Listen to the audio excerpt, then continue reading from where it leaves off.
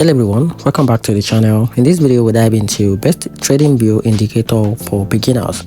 So here's the breakdown. If you are just starting with trading view, the best indicator to learn fast is the moving average, which is the MA. It's simple and shows you the overall trend, whether the price are generally going up, down or sideways.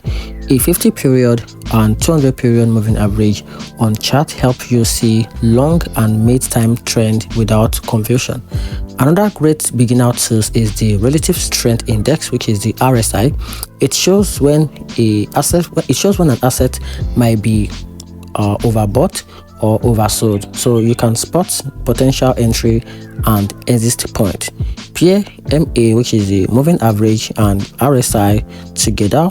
The moving average confirms the trend direction and the RSI help you find better timing. If this helped you, like the video, subscribe for more trading tips and comment which indicator you would like to use first. And that's it.